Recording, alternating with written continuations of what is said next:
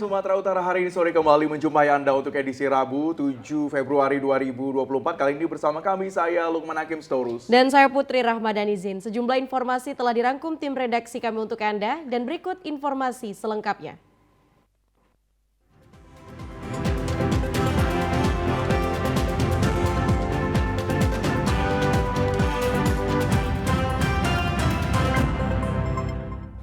Saudara Presiden Joko Widodo meresmikan jalan tol Trans Sumatera ruas Kuala Tanjung Tebing Tinggi Parapat dan ruas Indrapura Kisaran di pintu tol 50 Kabupaten Batubara siang tadi.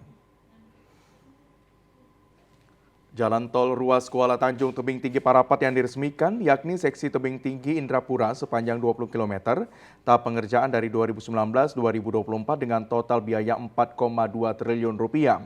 Ruas Indrapura 50 sepanjang 15 km, pengerjaan dari 2018 hingga 2024 dengan anggaran 2,7 triliun rupiah. Presiden Joko Widodo mengatakan pembangunan jalan tol Trans Sumatera ini sebagai percepatan konektivitas wilayah dan percepatan pendistribusian logistik.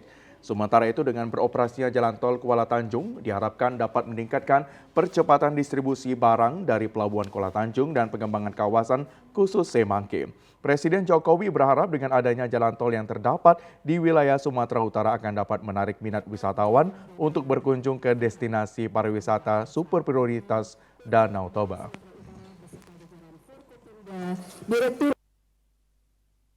Dengan pembangunan jalan tol ini akan semakin banyak investasi, akan semakin banyak investor yang datang untuk mengembangkan berbagai potensi yang ada di Provinsi Sumatera Utara, juga meningkatkan kunjungan wisata ke destinasi super prioritas di Danau Toba dan sekitarnya, serta mengefisienkan biaya logistik ke Pelabuhan Kuala Tanjung dan KEK Semangke.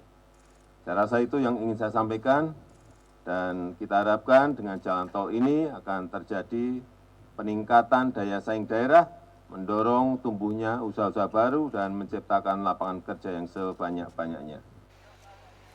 Direktur Utama Marga Waskita Didin Solahuddin mengatakan sebelumnya seksi tol Tebing Tinggi Indrapura dan Indrapura 50 sudah dibuka untuk melayani masyarakat selama Nataru secara gratis.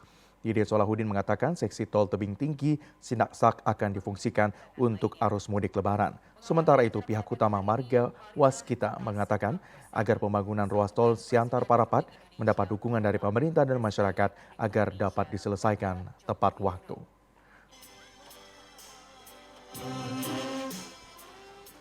Mudah-mudahan dengan terselesaikannya ruas ini diharapkan lebih mampu memberikan nilai manfaat yang lebih untuk masyarakat dalam rangka meningkatkan konektivitas dan juga arus distribusi logistik yang semakin baik. Dan ada satu lagi memang yang menjadi catatan adalah ruas yang menuju ke Danau Toba, karena itu juga bagian dari ruas yang harus kami selesaikan yang saat ini masih dalam tahap proses perencanaan desain, dan mudah-mudahan dapat kami segera selesaikan juga. Untuk tebing menuju ke Sinasak nanti pada saat Lebaran Idul Fitri juga akan kita fungsionalkan untuk melayani arus mudik. Kurang lebih sekitar 78 kilo dapat kami fungsionalkan untuk keperluan arus mudik Lebaran yang akan datang. Dengan beroperasinya sejumlah ruas tol di wilayah Sumatera Utara membuat pergerakan barang dan orang semakin cepat. Pemirsa, Polres Binjai berhasil mengamankan 13 orang remaja yang melakukan aksi begal pada 39 lokasi berbeda. Dari 13 remaja yang berhasil diamankan, petugas 3 diantaranya diketahui masih berstatus sebagai pelajar. Satreskrim Polres Binjai bekerja sama dengan personil dari Polda Sumatera Utara berhasil mengamankan 13 orang remaja yang melakukan tindak pidana begal di 39 lokasi yang berbeda yang berada di wilayah hukum Polres Binjai, Polrestabes Medan, dan Polres Langkat. Dari 13 tersangka yang berhasil diamankan petugas, 3 diantaranya masih berstatus sebagai pelajar. Dari tangan para tersangka, petugas berhasil mengamankan barang bukti 3 unit sepeda motor, 2 buah sajam jenis celurit, 4 buah parang panjang, dan puluhan plat nomor sepeda motor. Penangkapan para tersangka berdasarkan laporan para korban sebanyak 20 lebih laporan yang dikumpulkan dari Polres dan Polsek. Kasat Reskrim Polres Binjai AKP Zuhata Makadi mengatakan motif para pelaku merampas sepeda motor milik korban untuk dijual. Para pelaku melancarkan aksinya di lokasi yang sepi dan dalam menjalankan aksinya para tersangka bekerja secara berkelompok sekitar 5-9 orang. Para pelaku biasanya berbagi tugas, ada yang memepet sepeda motor korban dan ada yang mengancam dengan senjata tajam. Dengan begitu korban menjadi takut dan berusaha menyelamatkan diri dengan cara meninggalkan sepeda motornya. Dari pengakuan para pelaku ada 39 TKP, 6 TKP di wilayah hukum Polres Binjai, 4 di wilayah hukum Polres Langkat, dan 9 di wilayah hukum Polres Tabes Medan. Pengungkapan kasus ini merupakan salah satu tangkapan besar Polres Binjai sesuai komitmen Kapolres Binjai untuk menciptakan suasana yang aman dan kondusif di wilayah hukum Polres Binjai khususnya menjelang pemilu 2024. Jadi untuk modus para pelaku ini, jadi mereka itu biasanya mencari tempat-tempat yang sepi, di mana ada lokasi yang wilkumnya masih Binjai, tapi itu wilayah administratifnya di Deli Serdang. Pada saat mereka melakukan turun, minimal mereka itu 5 sampai dengan sekitar 9 orang. Jadi sekitar 5 sampai 9 orang. Jadi modusnya itu mereka membagi tugasnya masing-masing. Resort Padang Sidempuan menggerebek kawasan Kelurahan Aik Tampang, Kecamatan Padang Sidempuan Selatan yang kerap dijadikan praktek penyalahgunaan narkoba. Pada penggerebekan tersebut, petugas menangkap 3 orang pengguna narkoba. Menindaklanjuti laporan masyarakat tentang maraknya peredaran narkoba di Jalan Baginda Sulon, Harahap Lingkungan 1, Kelurahan Aik Tampang, Kota Padang Sidempuan, Kepolisian Resort Padang Sidempuan melakukan penggerebekan.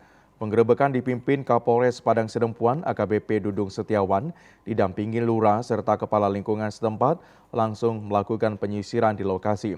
Dari lokasi penggerebekan, petugas kepolisian menemukan lapak dan alat mengkonsumsi narkoba serta 3 orang pelaku sedang menggunakan narkoba di salah satu TPU yang kerap dijadikan melakukan transaksi serta pesta narkoba. Kapolres Padang Sidempuan AKBP Dudung Setiawan mengatakan operasi penggerebekan ini dilakukan untuk menindaklanjuti laporan masyarakat yang resah akan peredaran dan penyalahgunaan narkoba di Kelurahan Aik Tampang.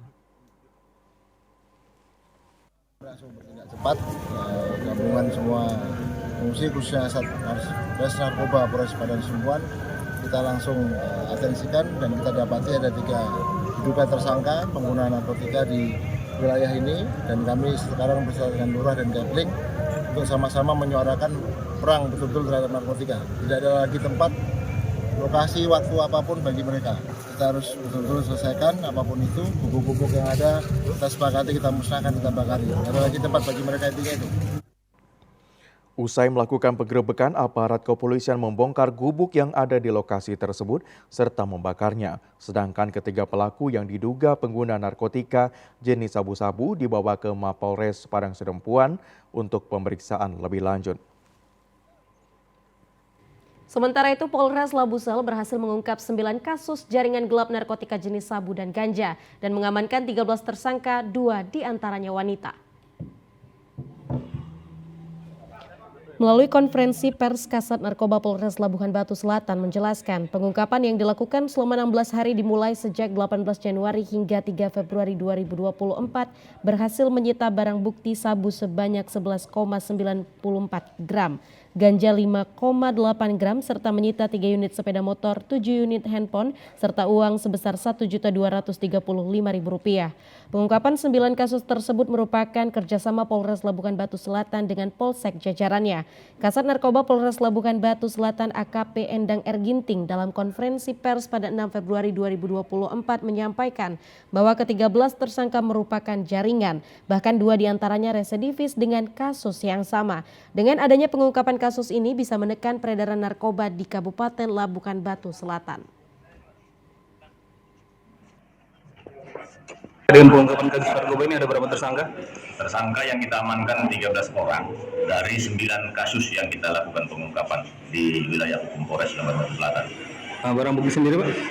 Barang bukti yang kita sita itu ada 11,94 gram narkotika jenis sabu, 5,89 gram narkotika jenis ganja, 3 unit sepeda motor, 7 unit handphone, dan uang sebesar Rp1.235.000.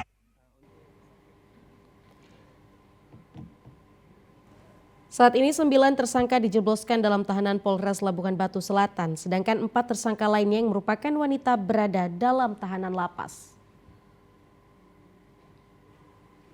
Sebanyak 264 dari 374 calon haji Kabupaten Padang Lawas yang mengikuti pemeriksaan kesehatan di Rumah Sakit Umum Daerah Sibuhuan dinyatakan telah lolos baru 164 atau 60% yang dinyatakan lolos istita'ah serta sudah bisa melakukan perlunasan untuk keberangkatan ibadah haji tahun 2024. Pemeriksaan kesehatan merupakan rangkaian yang wajib dilakukan oleh para calon haji yang akan berangkat ke Tanah Suci Mekah. Dari 374 calon haji Kabupaten Padang Lawas tahun 2024, baru sekitar 264 yang mengikuti pemeriksaan kesehatan di Rumah Sakit Umum Daerah Sibuhuan. Dari pemeriksaan 264 yang mengikuti pemeriksaan kesehatan, 164 dinyatakan telah lolos istita'ah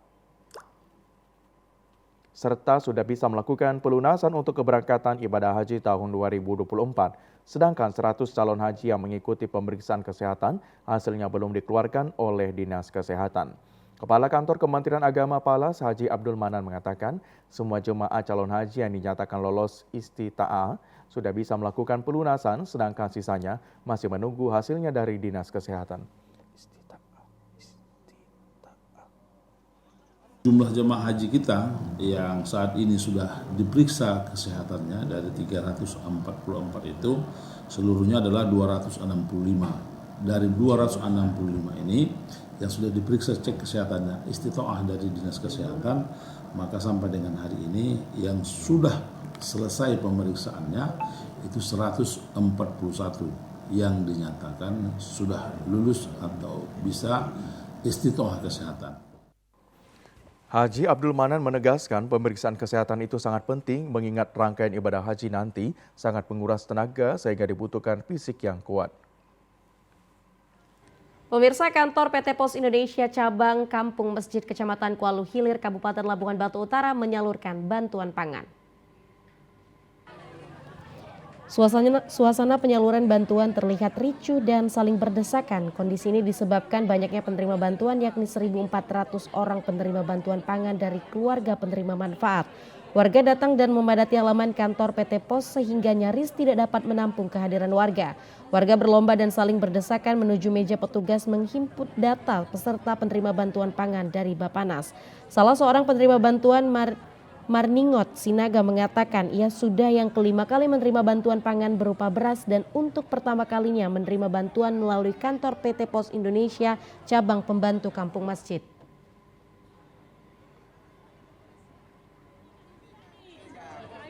Selama ini penerimaan bantuan pangan beras ini gimana Pak? Dilaksanakan? Iya, bisa dari Iya, kadang di kantor camat, Pak. Yang di kantor pos ini berapa kali? Ini pernah. Ini baru. Ini perbandingannya kalau dia di kantor camat sama di sini apa bedanya Pak? Ini kan Bang karena sekali jadi rame. Rame ya? Nah, jadi waktu saya ingat di kantor camat bukan pala begini ramenya Bang. Kepala Cabang Pembantu Kantor PT Pos Indonesia Kampung Masjid Rinaldi Hasibuan membenarkan sejak 7 bulan kantor pos beroperasi baru pertama kali menyalurkan bantuan pangan beras kepada masyarakat dari 2 kecamatan dan 1 kelurahan.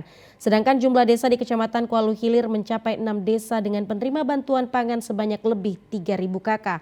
Pihaknya berjanji ke depan akan memperbaiki pelayanan yang lebih baik lagi agar penyaluran bantuan lebih tertib. Kali kita lakukan pembagian beras di kantor pos, selama ini kita alihkan di kantor camat Kuala Hilir. Jadi terkait tadi kan ada keluhan dari masyarakat. Itu dengan pertama kali tadi sepertinya tidak tertib dan itu masyarakat agak mengelola dengan fasilitas dan sarana yang disiapkan oleh kantor pos sendiri. Itu kedepannya bagaimana, Pak? Untuk kedepannya kita lebih belajar dari kesalahan yang sebelumnya, dan kemungkinan untuk kedepannya masih kita pikirkan apakah di kantor pos atau di kantor camat lagi. Ini untuk yang pertama kali kita lakukan pembagian beras di kantor pos. Selama ini kita alihkan di kantor camat. Jadi terkait tadi kan ada keluhan dari masyarakat. Itu dengan pertama kali tadi sepertinya tidak tertib dan itu masyarakat agak mengelola dengan fasilitas dan sarana yang disiapkan oleh kantor pos sendiri. Itu kedepannya bagaimana, Pak? Untuk kedepannya kita lebih belajar dari kesalahan yang sebelumnya, dan kemungkinan untuk kedepannya masih kita pikirkan apakah di kantor pos atau di kantor camat lagi. Ini untuk yang pertama kali kita lakukan pembagian beras di kantor pos. Selama ini kita alihkan di kantor camat. Jadi terkait tadi kan ada keluhan dari masyarakat. Itu dengan pertama kali tadi sepertinya tidak tertib dan itu masyarakat agak mengelola dengan fasilitas dan sarana yang disiapkan oleh kantor pos sendiri. Itu kedepannya bagaimana, Pak? Untuk kedepannya kita lebih belajar dari kesalahan yang sebelumnya, dan kemungkinan untuk kedepannya masih kita pikirkan apakah di kantor pos atau di kantor camat lagi. Ini untuk yang pertama kali kita lakukan pembagian beras di kantor pos. Selama ini kita alihkan di kantor camat. Jadi terkait tadi kan ada keluhan dari masyarakat. Itu dengan pertama kali tadi sepertinya tidak tertib dan itu masyarakat agak mengelola dengan fasilitas dan sarana yang disiapkan oleh kantor pos sendiri. Itu kedepannya bagaimana, Pak? Untuk kedepannya kita lebih belajar dari kesalahan yang sebelumnya, dan kemungkinan untuk kedepannya masih kita pikirkan apakah di kantor pos atau di kantor camat lagi. Ini untuk yang pertama kali kita lakukan pembagian beras di kantor pos. Selama ini kita alihkan di kantor camat. Peringatan Isra Miraj Nabi besar Muhammad SAW 1445 Hijriah yang jatuh esok hari ini dalam suasana menyambut pesta demokrasi, dan ini menjadi momentum juga penguatan persatuan, persaudaraan sekaligus stabilitas keamanan dan ketertiban. Dan seperti apa cara menjaga terlaksananya pesta demokrasi yang jujur dan adil serta damai? Kita akan terhubung bersama Ketua Majelis Ulama Indonesia Kota Medan, ada Bapak Profesor Muhammad Atta. Assalamualaikum, Bapak Profesor, apa kabar? Waalaikumsalam warahmatullahi wabarakatuh, Pak Lukman, Putri. Pak Prof, bagaimana cara kita untuk merayakan momentum Isra Miraj yang jatuh pada pesta demokrasi dan khususnya ini untuk kepentingan bangsa saat ini? Baik, tapi saya mau ralat sedikit ya, saya bukan ketua MUI Medan lagi. Saya sekarang di MUI Mohon maaf, Prof. ya. Ya, oke. Begini, kalau kita melihat nilai-nilai filosofis yang ada pada Isra Miraj itu ada pada ayat Al-Quran surah Al-Isra ayat 1, di mana Allah menyatakan di sana pada waktu perjalanan Isra Miraj itu Allah memberikan alladzi barakna haulah. Allah memberikan berkah di sekeliling. Di sekeliling itu artinya di seputaran peristiwa itu Allah berikan berkah. Berkah itu apa? Ziyadatul khair. Bertambahnya kebaikan dan kebajikan yang terdapat dalam. Artinya banyak makna di situ yang mengandung hubungan-hubungan yang terbaik antara kita dengan Allah dan kita dengan sesama manusia. Itu yang disebut dengan hablum minallah dan hablum minannas. Nah, kedua-duanya ini disebutkan Tuhan.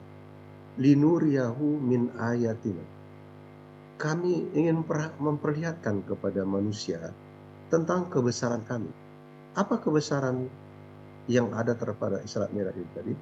Ada pada dua hubungan yang dibina. Hubungan dengan Allah dan hubungan dengan sesama manusia. apabila kedua-duanya ini bisa berjalan dengan baik dan seimbang, maka akan terjadilah sebuah kehidupan yang harmoni. Harmoni dalam arti kata akan menjalani sesuatu ketenangan, kesenangan di dalam kehidupan kita. Tidak akan terganggu dengan apapun yang bisa akan mengakibatkan terjadinya gangguan-gangguan itu. Nah, dalam kaitan dengan pemilu yang akan kita laksanakan beberapa waktu lagi, kita juga punya harapan besar bahwa hubungan kedua-duanya ini terpatri dia di dalam nilai-nilai yang terdapat pada pemilu itu sendiri. Pemilu itu pada hakikatnya adalah merupakan hasrat hidup manusia untuk menciptakan suatu kehidupan yang lebih baik, kehidupan yang aman, tentram, nyaman.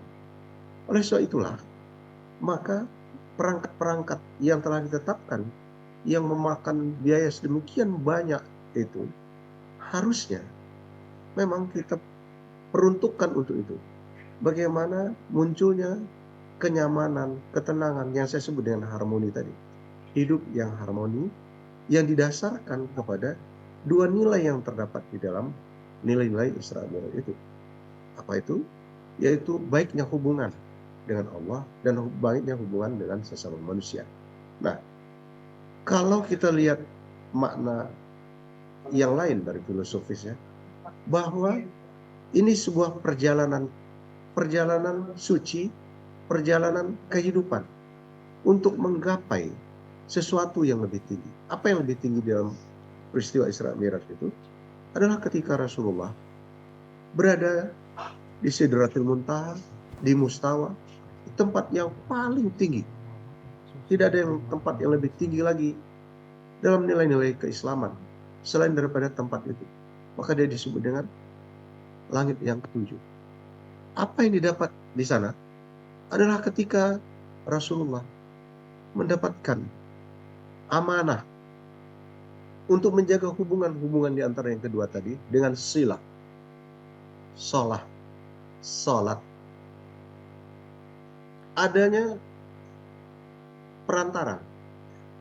Sholat itu adalah perantara yang akan memberikan nilai tentang hubungan yang baik dengan sang pencipta dan hubungan yang baik dengan yang diciptakan.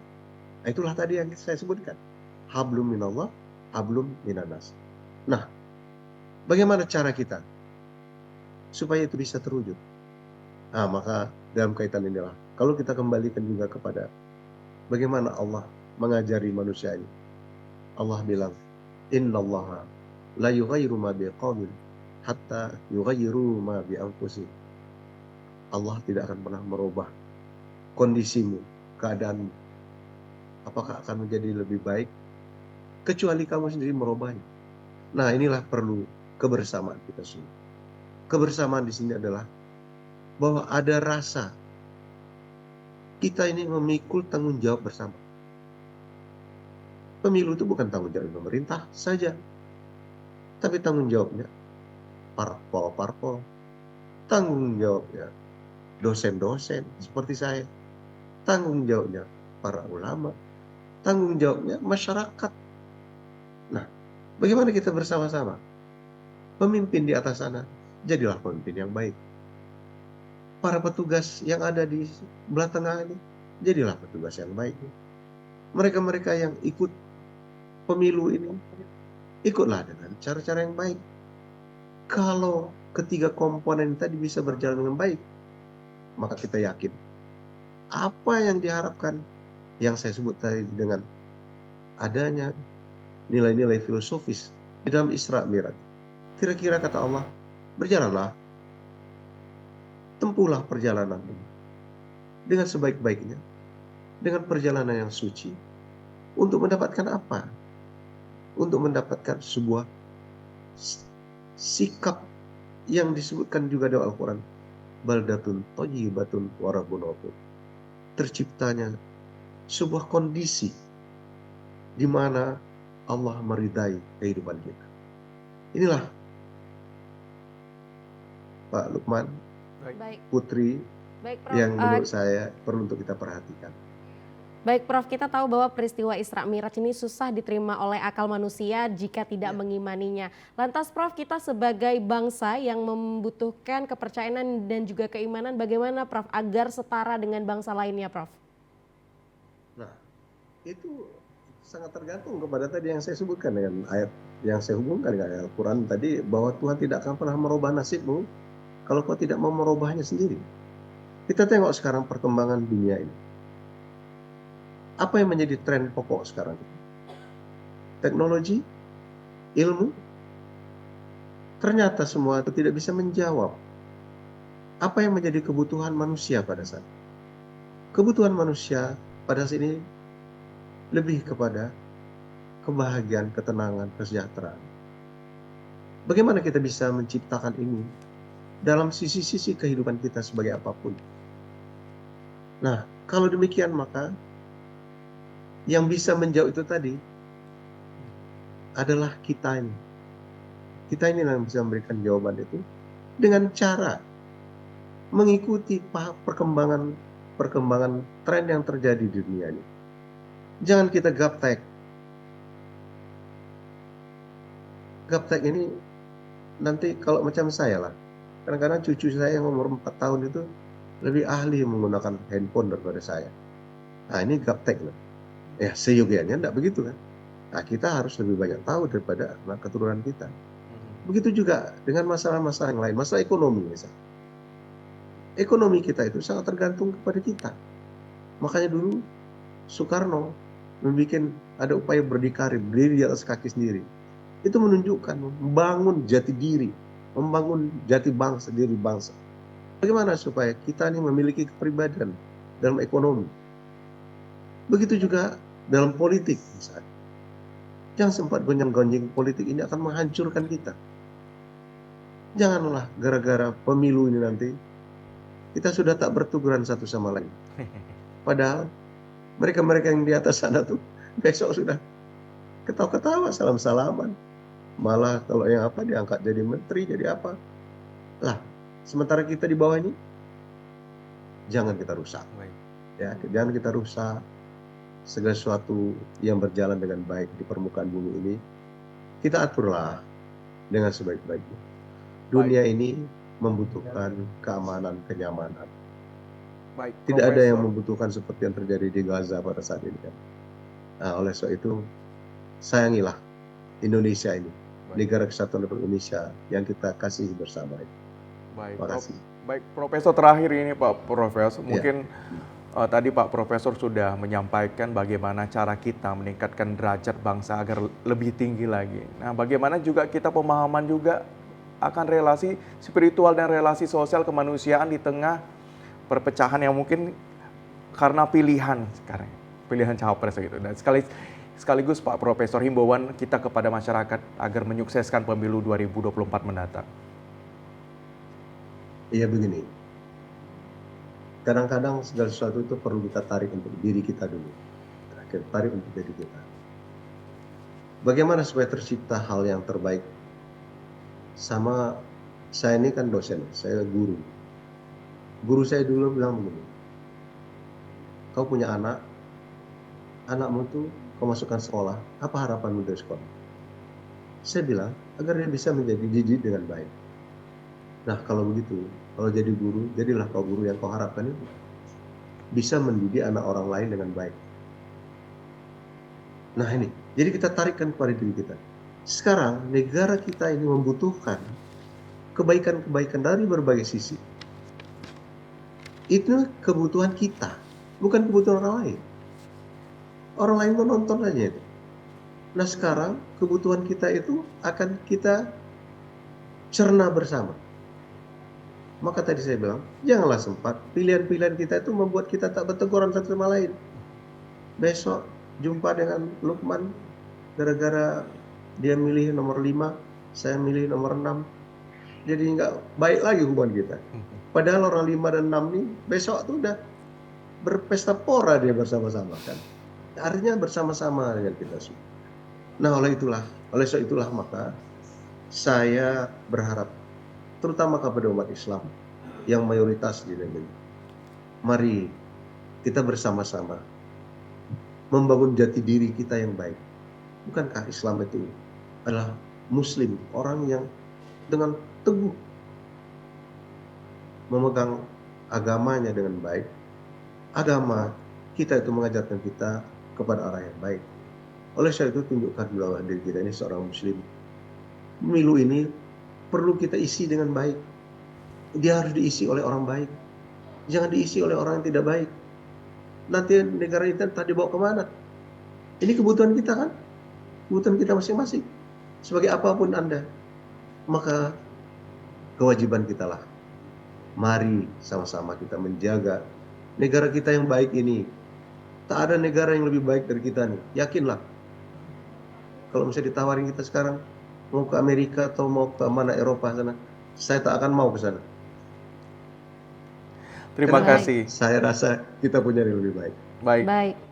Terima kasih Bapak Profesor Dr. Muhammad Hatta, Ketua Majelis Ulama Indonesia Provinsi Sumatera Utara atas bincang-bincang sore hari ini yang mengangkat tema Isra Miraj, Perkukuh Kesatuan dan Persatuan Bangsa. Terima kasih. Assalamualaikum Pak Prof. Waalaikumsalam warahmatullahi wabarakatuh. Ya pemirsa, informasi lainnya akan kami hadirkan usai jeda pariwara berikut ini.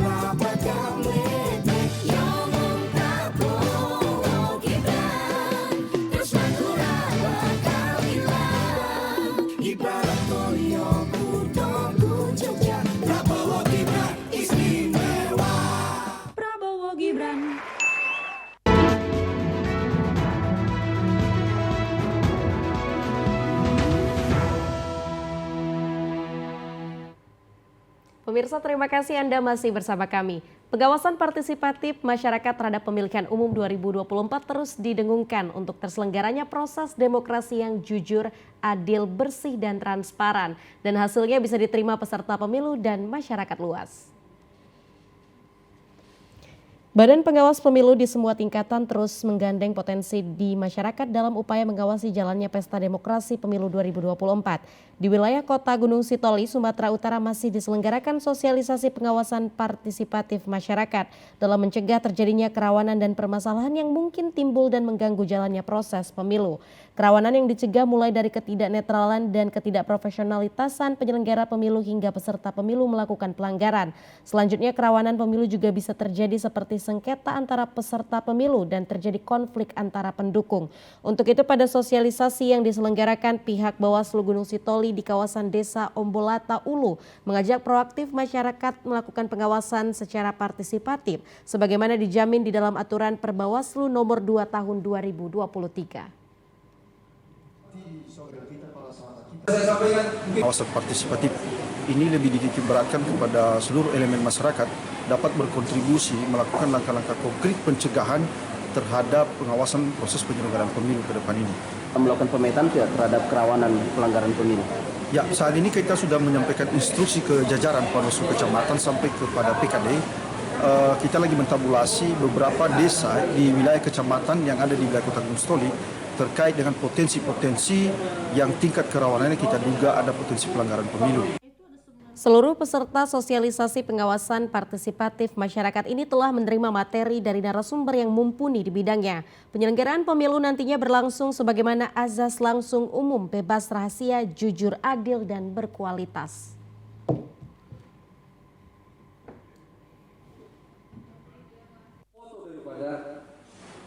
Memakai atribut peserta pemilu sebatas itu deh, akurat. Itulah kelebihan daripada media ini.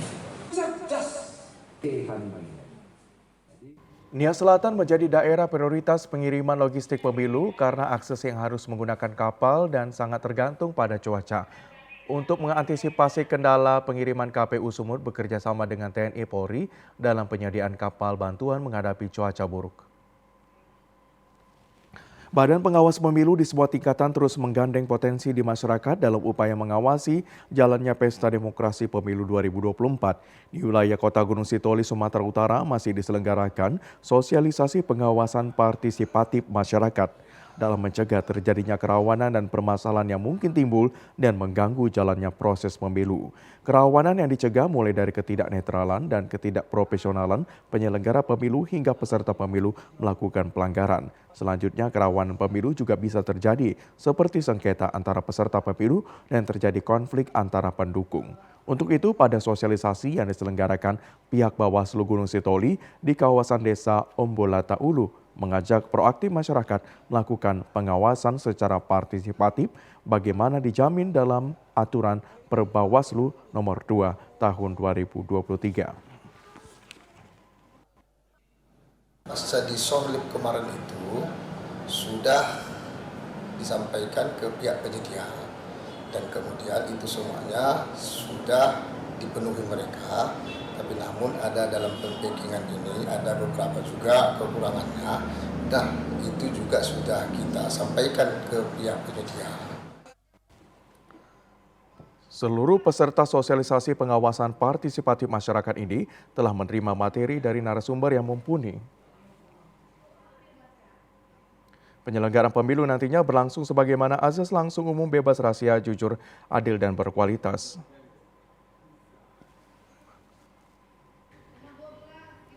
Pemirsa, sebanyak 537 orang warga binaan di Lapas Kelas 2 Sibolga memenuhi syarat untuk menjadi pemilih dan dapat menyalurkan hak pilihnya pada pemilu 14 Februari 2024.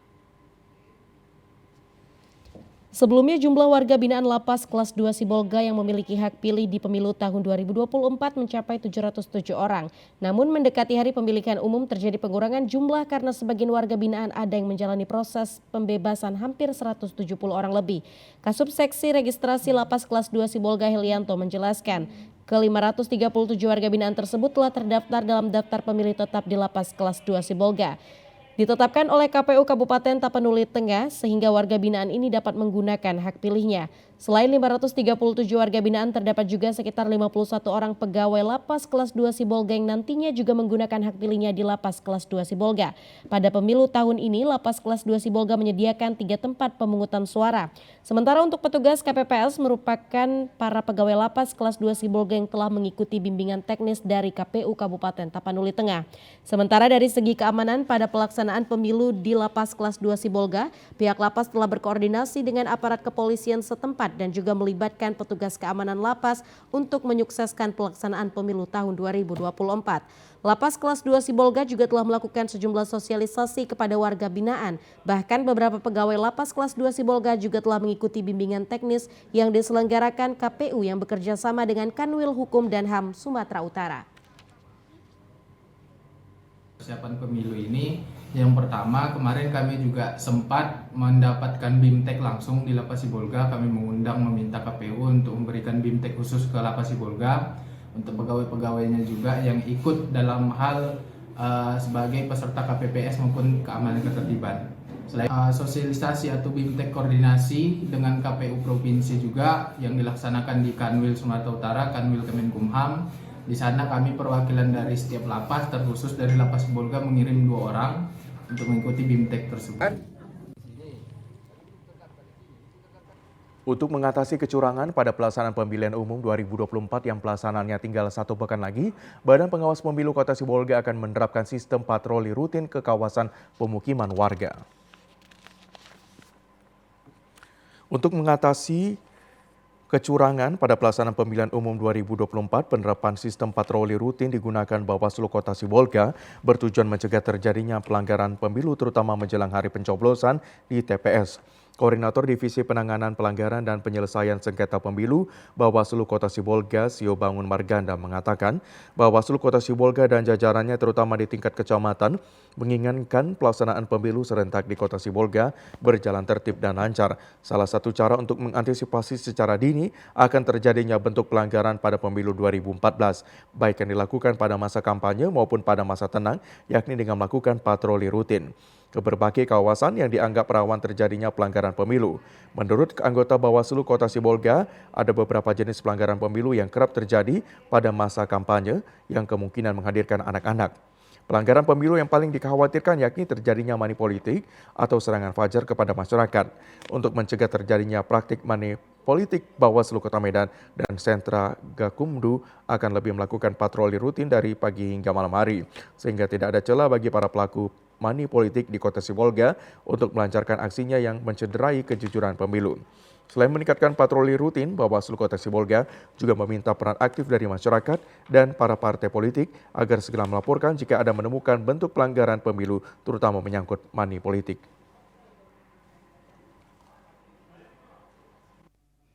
Harapan kita juga kepada Komnas HAM dengan adanya rapat ini, maka jajaran Bawaslu itu bergerak setiap pagi, siang, dan malam melakukan patroli pengawasan. Itu yang kita harapkan agar kita bisa melakukan pencegahan biar pemilu di Kota Sibolga ini bisa berjalan dengan damai dan sesuai dengan harapan masyarakat.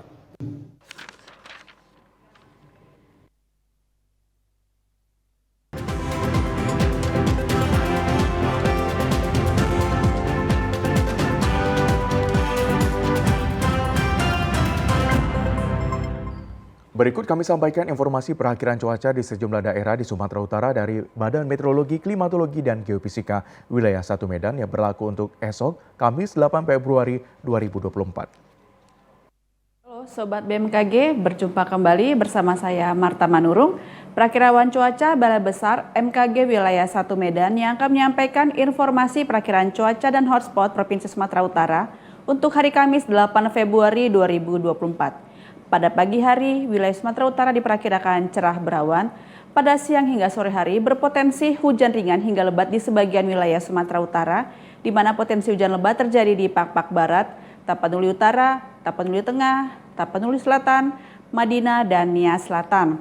Untuk malam hari masih berpotensi hujan ringan hingga lebat di sebagian wilayah Sumatera Utara, di mana potensi hujan lebat terjadi di Langkat, Pakpak Barat, Humbahas, Tapanuli Utara, Tapanuli Tengah, dan sekitarnya.